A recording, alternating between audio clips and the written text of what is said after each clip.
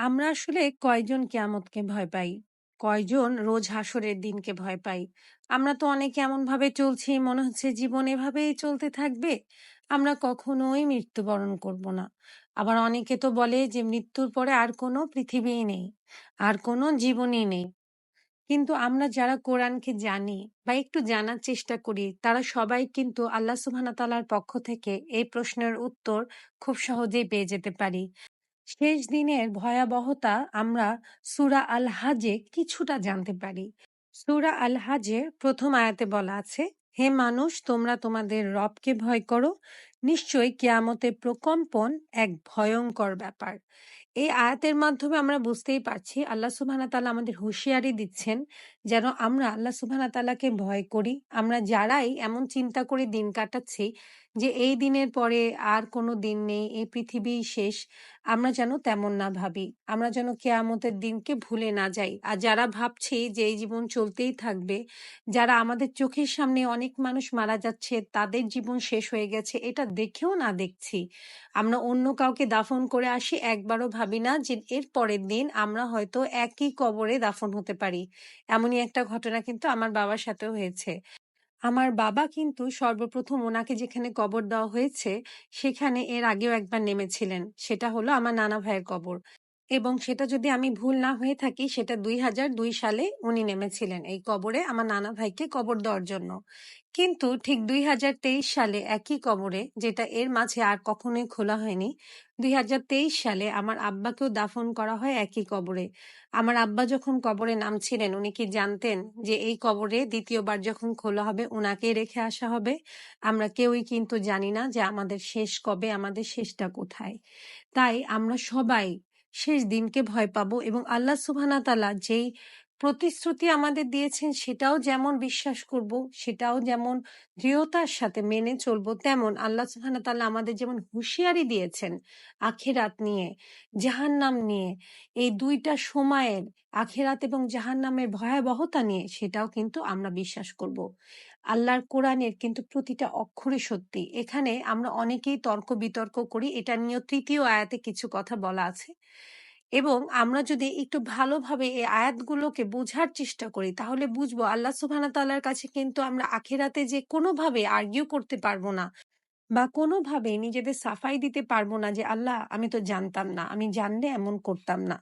তাই আমরা সবাই শেষ দিনে বিশ্বাস করব, শেষ দিনের ভয়াবহতাটা আমাদের মাথায় রাখবো, যেন আমরা এই দুনিয়ার বুকে এমন কিছু করে না ফেলি যে আমরা সেই শেষ দিনে জাহান্নামের দিকে হাঁটতে থাকি। এবং আমরা যদি কোনো গুনাহ করেও ফেলি, আমরা আদম সন্তান, আমরা অবশ্যই গুনাহ করব। এটা আল্লাহ সুবহানাহু ওয়া তাআলাও তো জানেন। আমরা গুনাহ করব এবং সাথে, সাথে আমরা সেই গুনার মাফ চেয়ে নিব। এবং গুনাহগার যদি অনুতপ্ত হয়, আল্লাহ সুবহানাহু ওয়া তাআলা সেই গুনাহগারকে অনেক পছন্দ করেন। তাই আমরা আল্লাহর কাছে ক্ষমা চাইতে থাকবো এবং আল্লাহ সুবহানাহু ওয়া তাআলা আর রহমান, আর রহিম।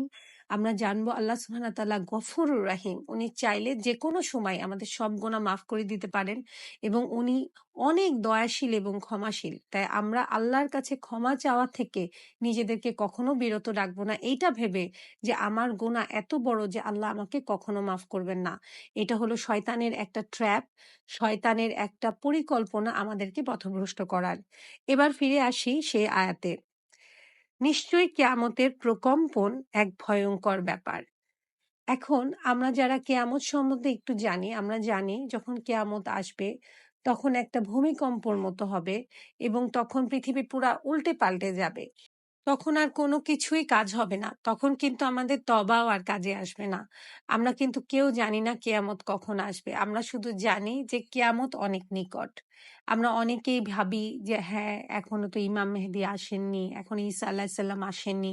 এমনও হতে পারে যে সব ঘটনাগুলো খুব দ্রুত ঘটে যেতে পারে আমাদের চোখের সামনেই এবং তখন হয়তো তওবা করার আর সময় থাকবে না।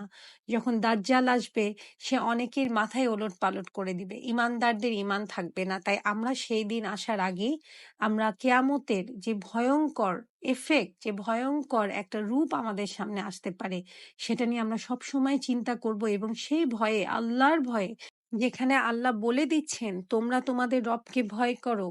আমরা অবশ্যই আল্লাহকে ভয় করব। আমরা জানি আল্লাহ দয়াশীল, আল্লাহ ক্ষমাশীল, কিন্তু আমরা কিন্তু এটাও জানি যে আল্লাহ কিন্তু কঠিন বিচারক। খুব ভালো বিচার করবেন আল্লাহ, সুষ্ঠু বিচারক। কিন্তু আল্লাহর বিচারও কিন্তু অনেক কঠিন। কোনো কিছু কিন্তু আল্লাহর চোখ দিয়ে ফাঁকি দেওয়া সম্ভব না। এবার আসি দ্বিতীয় আয়াতে। দ্বিতীয় আয়াতটা কিন্তু অনেক ভয়ঙ্কর, এই আল হাজ সূরার। এই সূরার দ্বিতীয় আয়াতে বলা আছে, যেদিন তোমরা তা দেখবে সেদিন প্রত্যেক স্তন্যদানকারিণী আপন দুগ্ধ পোষ্য শিশুকে ভুলে যাবে এবং প্রত্যেক গর্ভধারিণী তার গর্ভপাত করে ফেলবে। তুমি দেখবে মানুষকে মাতাল সদৃশ্য, অথচ তারা মাতাল নয়, তবে আল্লাহর আযাবই কঠিন। এখানে যদি আমরা প্রথম দিকে দেখি, প্রথমে আল্লাহ সুবহানাহু ওয়া তাআলা আমাদেরকে বলছেন যে যেদিন তোমরা তা দেখবে। এখন কি দেখব? এটা হলো আমরা আখেরাত, যখন আমাদের কেয়ামত হবে তখন যেটা দেখব, সেটা দেখে আমরা কেমন ভয় পাবো। তবে এই নির্দিষ্ট সময়টা নিয়ে ২ রকমের মতভেদ আছে। একটা সময় বলা হয়, কিছু স্কলার্সরা বা হাদিসের কিছু রেফারেন্স এমন বোঝায় যে এই সময়টা যখন আমাদের কিয়ামত হবে ঠিক তখন আসবে। এই কিয়ামতের সময়ের কথা আল্লাহ সুবহানাহু ওয়া তাআলা এই সূরায় বলছেন। আবার কিছু স্কলাররা এমনভাবে বিশ্লেষণ করেছেন যে ওনারা বলেছেন না, এই সময়টা তখন ঘটবে মানুষ কবর থেকে উঠে হাসরের ময়দানে জমায়েত হবে। তার দ্বিতীয় অ্যাকচুয়ালি ভিউটা, যে যখন মানুষ হাসরের ময়দানে জমায়েত হবে, এটাই সবাই বেশি রেফারেন্স দিয়ে থাকে এবং হাদিসের রেফারেন্স হিসেবে এই সময়টাই আসলে অথেন্টিক।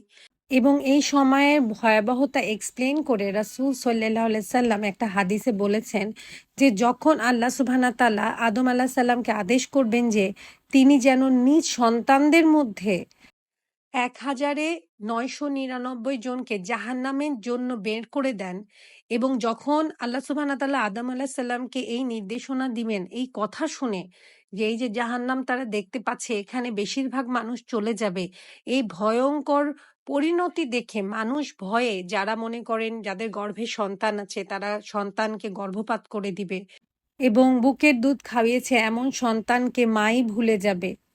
এবং শুধু তাই না, দেখা যাবে যে যারা বালক, ছোট ছোট ছেলে, তারা সবাই ভয়ে বৃদ্ধ হয়ে যাচ্ছে। এই জাহান্নামের ভয়াবহতা দেখে তারা বৃদ্ধ হয়ে যাচ্ছে এবং মানুষ এত ভয়ে থাকবে যে তাদেরকে দেখে মনে হবে যে এরা মাতাল। তারা হয়তো কোনো মদ্যপান করেছে, তারা হুঁশেই নেই, কিন্তু আসলে জিনিসটা তেমন না। মানুষ এত ভয় পেয়ে যাবে যে মানুষ অতি শোকে বা অতি ভয়ে যেমন মাতলামি করে, মানুষ কোনো সেন্স থাকে না। দেখবেন আমরা যখন অনেক ভয় পেয়ে যাই, আমাদের মাথা ঘুরে, মনে হয় আমরা কিছুই বুঝতে পারছি না, জিনিসটা অমন হবে। যে মানুষ এত ভয় পেয়ে যাবে যে মানুষ মাতালের মতো আচরণ করবে, কিন্তু আসলে মাতাল সে থাকবে না। তাহলে আমরা কি, কি পেলাম? যে মাই নিজের সন্তানকে ভুলে যাবে, যে মা সন্তানকে বুকে ধরে রেখেছেন, নিজের দুধ পান করিয়েছেন। এমন হবে যাদের গর্ভে সন্তান আছে, আমরা গর্ভে সন্তান নিয়ে মারা কত উত্তেজিত থাকি, কত এক্সাইটেড থাকি, কত রকমের স্বপ্ন থাকে। গর্ভে থাকা অবস্থায় সন্তানকে নিয়ে মায়ের কত স্বপ্ন, মা কত কেয়ার করছেন, ভালো ভালো খাচ্ছেন, এই সন্তান হাতে পেয়ে আমি দুনিয়ার সব সুখ পেয়ে যাব। কিন্তু সেই সন্তানকে এই ভয়াবহতা দেখে মা গর্ভপাত করে ফেলবেন। কত ভয়াবহ সেই দিন হতে পারে যে মা নিজেই গর্ভপাত করে ফেলছেন, এত ভয় পাচ্ছেন।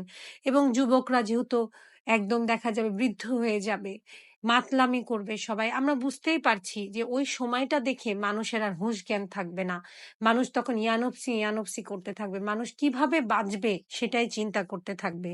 তবে এই নির্দিষ্ট আয়াতটা যখন নাজিল হয়েছিল, এটা শুনে কিন্তু সাহাবীরা অনেক মন খারাপ করেছিলেন। রাসূল সাল্লাল্লাহু আলাইহি সাল্লাম যখন উনাদেরকে এক্সপ্লেইন করছিলেন আয়াতটা, উনারা খুবই মন খারাপ করছিলেন যে এই ১,০০০ জনের মধ্যে যদি ৯৯৯ জনই জাহান্নামে চলে যায়, তাহলে আমরা আর কয়জনই বা বেহেশতে যাব? এটা যখন উনারা ভয়াবহতা শুনছেন বা এই যে নাম্বারস শুনছেন, এটা ভেবে সব সাহাবীরাই মন খারাপ হয়ে গেল। কিন্তু তখন রাসূল সাল্লাল্লাহু আলাইহি সাল্লাম উনাদেরকে একটু শান্ত করলেন এবং উনাদেরকে আশ্বস্ত করলেন যে তোমাদের মধ্যে এমনভাবে জিনিসটা ৯৯৯ জনের মধ্যে একজন এমনভাবে সিলেকশন হবে, তোমাদের সংখ্যা অন্য মানুষদের তুলনায় এমনই হবে যেমন সাদা গরুর গায়ে একটা কালো লোম দেখা গেলে যেমন লাগে তেমন, অথবা কালো গরুর গায়ে একটা সাদা লোম যখন দেখা যায় তেমন। এবং রাসূল সাল্লাল্লাহু আলাইহি সাল্লাম আরো আশ্বস্ত করেছেন আমরা যারা উনার উম্মত তাদের জন্য, যে আমি আরো আশা করি যে তোমরাই হবে জান্নাতের ৪ ভাগের ১ ভাগ, ৩ ভাগের ১ ভাগ অথবা অর্ধেক জনসংখ্যা। এই কথা শুনে সাহাবীরা অনেক আনন্দিত হয়ে গেলেন। আস্তে, আস্তে স্বস্তি পেলেন যে আচ্ছা আমাদেরকে জান্নাতেই আমরাই বেশি মানুষ যাবো। এবং আল্লাহু আকবার বলে উনারা আনন্দ প্রকাশ করতে লাগলেন। এবং এই হাদিসের রেফারেন্স দিলে আমরা বুঝতে পারি যে রাসূল সাল্লাল্লাহু আলাইহি সাল্লামের উম্মতরা বেশি, বেশি বেহেশতে যাবে। এইজন্য আমরা সবাই রাসূল সাল্লাল্লাহু আলাইহি সাল্লামের সুন্নতকে ধরে রাখার চেষ্টা করব। কারণ রাসূল সাল্লাল্লাহু আলাইহি সাল্লাম উম্মতদের জন্য নবীদের যে একটা স্পেশাল দোয়া থাকে, আল্লাহ সুবহানাহু ওয়া তাআলা প্রতিটা নবীকে একটা স্পেশাল দোয়া করার পারমিশন দিয়েছেন এবং প্রতিটা নবী যে দোয়া আরকি নির্দিষ্টভাবে কবুল হবে, প্রতিটা নবী কিন্তু ওই দোয়াটা করে ফেলেছেন। একমাত্র রাসূল সাল্লাল্লাহু আলাইহি সাল্লামই কিন্তু আমাদের জন্য, উনার উম্মতদের জন্য আখিরাতে যেটা উনি ব্যবহার করবেন, ওইজন্য এই দোয়াটা রেখেছেন যেন উনি এই দোয়ার মাধ্যমে উনার সব উম্মতদের সব গুনাহ মাফ করিয়ে নিতে পারেন এবং আমাদেরকে নিয়ে উনি বেহেশতে যেতে পারেন। তাই আমরা রাসূল সাল্লাল্লাহু আলাইহি সাল্লামের সব রকমের সুন্নতকে পালন করার চেষ্টা করব। কোনো তর্ক-বিতর্কে যাব না। এই তর্ক-বিতর্ক নিয়ে কিন্তু ৩য় যে আয়াতটা সেটা আছে। আমরা কোনো রকমের আল্লাহ সুবহানাহু ওয়া তাআলাকে নিয়ে, কোরআনকে নিয়ে, রাসূল সাল্লাল্লাহু আলাইহি সাল্লামকে নিয়ে তর্ক-বিতর্কে যাব না। কারণ ৩য় আয়াতে আল্লাহ সুবহানাহু ওয়া তাআলা বলছেন এই সূরা আল হাজে মানুষের মধ্যে কত আল্লাহ সম্পর্কে তর্ক-বিতর্ক করে না জেনে এবং সে অনুসরণ করে প্রত্যেক বিদ্রোহী শয়তানের। অর্থাৎ আল্লাহ সুবহানাহু ওয়া তাআলা বলছেন যে দুনিয়ার বুকে আমরা আল্লাহর বান্দারাই আছি। আমরা কত বোকা যে আমরা কিন্তু সব জানি। আমরা কিন্তু বুঝি যে এই পৃথিবীর সৃষ্টি হওয়া একা, একা সম্ভব না। এই যে সূক্ষ্ম, সূক্ষ্ম সব জিনিস আমাদের শরীরের প্রতিটা শিরা এভাবে করে কিন্তু হঠাৎ করে আমরা তৈরি হয়ে যেতে পারি না। এই আকাশ, এই পাহাড়, পর্বত, সমুদ্র, এই যে সুন্দর, সুন্দর খাবার। আপনি চাইলে এই গাছের একটা কলা কি আপনি তৈরি করতে পারবেন? একটা চালের দানা? আপনি একটা পাহাড় তৈরি করতে পারবেন? আল্লাহ সুবহানাহু ওয়া তাআলা যেমন বড়, বড় মাউন্ট এভারেস্ট বানিয়েছে। এগুলা কি আল্লাহ সুবহানাহু ওয়া তাআলা ছাড়া অন্য কোনো শক্তি এটা বানানো সম্ভব? আমরা কি একটা চালের দানা বানাতে পারি? আমরা কি একটা ডিম বানাতে পারি? আমরা কোনো কিছুই তো তৈরি করতে পারি না। এখন পর্যন্ত সায়েন্টিস্টরা অনেক কিছুই আমরা শুনি সায়েন্টিস্টরা এটা বানিয়েছে, ওটা বানিয়েছে, রোবট বানিয়েছে মানুষের মতো। কিন্তু মানুষ কি কেউ বানাতে পেরেছে? আমরা শুনি অনেকে প্লাস্টিকের চাল এসেছে। কিন্তু ওটা কি আসলেই চাল? ওটা তো প্লাস্টিক। তাই আমরা যারা মূর্খের মতো জেনে শুনে বুঝে যে এইরকম একটা সুন্দর পৃথিবী আল্লাহ ছাড়া কারোরই বানানো সম্ভব না। একটা অস্তিত্ব ছাড়া এটা কিভাবে সৃষ্টি হওয়া সম্ভব? আমাদের শরীরে এই যে এত বড়, বড় সুন্দর, সুন্দর ভেইনস আছে, শিরা আছে, এত পাশাপাশি সূক্ষ্ম, সূক্ষ্ম শিরা আছে যেটা একটা একটার সাথে পেঁচিয়ে যাচ্ছে না। আমাদের পেটে একটা নাড়ি পেঁচিয়ে গেলেই মানুষ মারা যায়। একটা নাড়ি পেঁচিয়ে গেলে আমাদের শরীরে আমরা ব্যথায় টিকতে পারি না। একটা হাড্ডি একটু বেড়ে গেলে আমরা ব্যথায় টিকতে পারি না। কিন্তু আল্লাহ সুবহানাহু ওয়া তাআলা এত নিখুঁতভাবে আমাদের বানিয়েছেন। এটা কি আপনার আমার জন্য বানানো সম্ভব? বা কোনো এলিয়েন টাইপের কিছু বানানো সম্ভব? এরকম কোনো কিছুই সম্ভব না। এবং যেই মানুষ এগুলো জেনে শুনে, এগুলো বুঝে, যেই মানুষ কি সব মানুষই যেগুলো বুঝে শুনেও তর্ক-বিতর্ক করে, তাদের জন্য আল্লাহ কি বলেছেন? যে তারা অনুসরণ করছে প্রত্যেকেই বিদ্রোহী শয়তানের। তারা কিন্তু আসলে শয়তানের পূজারী। তারা কিন্তু আসলে শয়তানের সহকারী। তারা কিন্তু আল্লাহ সুবহানাহু ওয়া তাআলার অস্তিত্বকে প্রশ্ন করছেন এবং তারা বুঝছেন যে আল্লাহ সুবহানাহু ওয়া তাআলাই সব সৃষ্টি করেছেন। তাও তর্ক-বিতর্ক করে পথভ্রষ্ট করছেন মানুষদেরকে এবং এভাবেই কিন্তু তারা শয়তানের দলে অন্তর্ভুক্ত হয়ে যাচ্ছেন। শয়তানের দলে তারা মিলে যাচ্ছেন। তাই আমরা সবাই এসব তর্ক-বিতর্ক থেকে দূরে থাকবো। আমরা কেয়ামতের দিনের ভয়াবহতা মনে রাখবো। কেয়ামতের দিন কিন্তু আর কোনো তওবা করার ক্ষমতা থাকবে না আমাদের এবং যখন আমাদের কবর থেকে আল্লাহ আবার উঠাবেন, যখন রোজ হাসরে আমরা হাজার, হাজার বছর দাঁড়িয়ে থাকবো, তখন কিন্তু আর তওবা করার কোনো উপায় নেই। তাই আসেন আমরা সবাই যেন শেষ দিন আসার আগে আমাদের শেষ নিঃশ্বাস ত্যাগের আগে আল্লাহকে ভয় করি এবং আল্লাহর কাছে তওবা করি। কারণ আমাদের যতক্ষণ আমাদের শরীরে নিঃশ্বাস আছে, আমরা যতক্ষণ আমরা ঠিকভাবে অনুতপ্ত হব আল্লাহ সুবহানাহু ওয়া তাআলার কাছে, আল্লাহ সুবহানাহু ওয়া তাআলা নিশ্চিত আমাদের মাফ করে দিবেন। তবে আমরা যদি নিঃশ্বাস ত্যাগ করে ফেলি, ক্ষমা না চেয়ে, তাহলে জাহান্নাম হয়তো আমাদের শেষ ঠিকানা হবে। Thank you so much for watching this video. যদি এই ভিডিওটি ভালো লেগে থাকে অনেক, অনেক, অনেক বেশি শেয়ার করবেন। আর যদি আমার কোনো ভুল ত্রুটি হয়ে থাকে আমাকে অবশ্যই, অবশ্যই ইনবক্সে জানাবেন। আমি নিশ্চয়ই শুধরে নিব। Thank you so much for watching this video. আসসালামু আলাইকুম।